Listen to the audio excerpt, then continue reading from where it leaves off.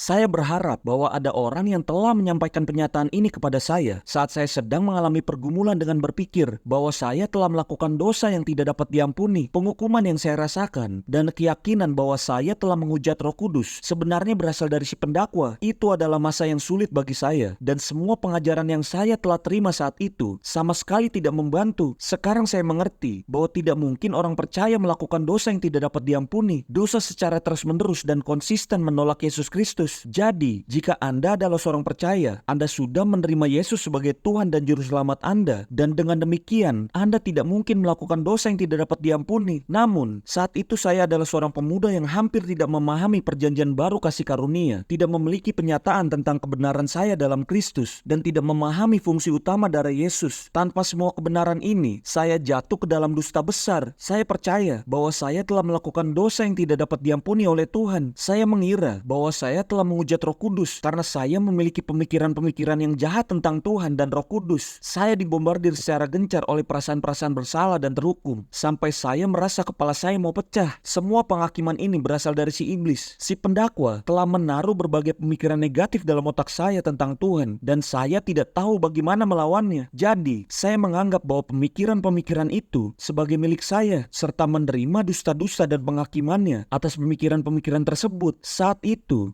saya bahkan tidak mengetahui bahwa Tuhan memiliki suatu panggilan atas hidup saya. Bagaimana saya dapat mengetahuinya? Saya sendiri benar-benar yakin bahwa saya tidak akan masuk ke surga karena saya telah melakukan dosa yang tidak dapat diampuni. Karena merasa begitu tertekan oleh perasaan terhukum, saya menemui seorang hamba Tuhan untuk didoakan dengan pengharapan bahwa ia mampu membebaskan saya dari ketakutan dan perasaan tertekan. Namanya adalah Percy Campbell, dan saat itu ia adalah penanggung jawab salah satu dari sekolah Alkitab terkemuka di Singapura. Percy menumpangkan tangannya ke atas saya dan berdoa bagi saya. Bahkan saat ini, saya masih dapat mengingat dengan tepat bagaimana Percy dengan aksen Selandia Barunya yang jelas berkata, "Joe, aku melihatmu dalam roh. Aku melihatmu sedang berkhotbah kepada ribuan orang." Nah, saat itu, saya masih duduk di sekolah menengah atas dan hampir tidak dapat berbicara dengan lancar di depan orang banyak tanpa tergagap. Nyatanya, di sekolah saya, ada seorang guru yang kejam yang selalu menyuruh saya berdiri dan membaca di kelas. Semua siswi akhirnya tertawa geli dan menertawakan saya, sementara saya tergagap sambil berusaha menyelesaikan satu kalimat. Muka saya akan merah padam dan telinga saya akan terasa terbakar. Saat-saat itu memang menyakitkan. Jadi, saat saya datang menemui Percy untuk pelepasan dari penindasan, tetapi saya malah menerima nubuatan bahwa saya akan berbicara kepada ribuan orang. Itu benar-benar menakutkan saya. Pada tahun 2004, Percy mengunjungi gereja kami dan melihat sendiri bagaimana gereja kami telah berkembang pesat karena kasih karunia Tuhan. Akhirnya, setelah kebaktian kami berbicara, air mata menggenangi matanya dan ia berkata, nubuatan itu telah digenapi. Ia ingat atas apa yang telah diucapkannya tentang saya bertahun-tahun yang lalu saat saya masih remaja yang sedang bergumul dengan penindasan dan penghakiman. Segala kemuliaan bagi Yesus. Sahabatku, saya tahu apa artinya tertindas rasa bersalah dan penghakiman dari si pendakwa. Ia sedang menggunakan strategi yang sama untuk menyiksa orang-orang percaya pada masa kini. Iblis akan datang setiap saat untuk membuat Anda merasa bersalah atas apapun yang dapat Anda pikirkan. Ia membuat Anda merasa bersalah sebagai pencari nafkah. Ia membuat Anda merasa bersalah sebagai seorang karyawan. Ia membuat Anda merasa bersalah sebagai seorang majikan. Ia bahkan akan membuat Anda merasa bersalah karena sakit. Orang percaya seharusnya tidak merasa bersalah karena sakit. Kita harus berhati-hati untuk tidak menciptakan suatu kebudayaan dalam gereja di mana orang mengira bahwa Anda tidak akan pernah terserang penyakit jika Anda hidup sesuai dengan kehendak Tuhan. Terserang penyakit atau wabah tidak berarti bahwa Anda telah berdosa atau Tuhan sedang memberikan Anda pelajaran. Itu berarti bahwa kesembuhan Anda akan segera terjadi. Saat Yesus dan murid-muridnya melihat seorang yang buta sejak lahir, murid-muridnya bertanya kepadanya jika orang itu buta sejak lahir karena ia telah berbuat dosa atau karena orang tuanya yang telah berbuat dosa. Yesus menjawab, bukan karena kedua-duanya. Ia lebih lanjut berkata, akulah terang dunia, dan melanjutkan dengan membuka mata orang itu. Saya sangat menyukai cara Yesus. Sahabatku, jika ada suatu masalah, hadapilah itu. Jangan bertanya kesalahan siapakah itu. Jangan bertanya jika itu kesalahan ayah Anda, kakek Anda, atau kakek buyut Anda. Tidak, marilah kita belajar menangani masalah dengan cara Yesus. Saat dihadapkan pada seorang yang buta sejak lahir, Yesus menyatakan bahwa ia adalah terang dunia dan kemudian melanjutkan dengan menyembuhkan orang itu. Jadi, jangan biarkan iblis membuat Anda merasa bersalah karena sakit. Perasaan bersalah itulah yang membuat Anda sakit.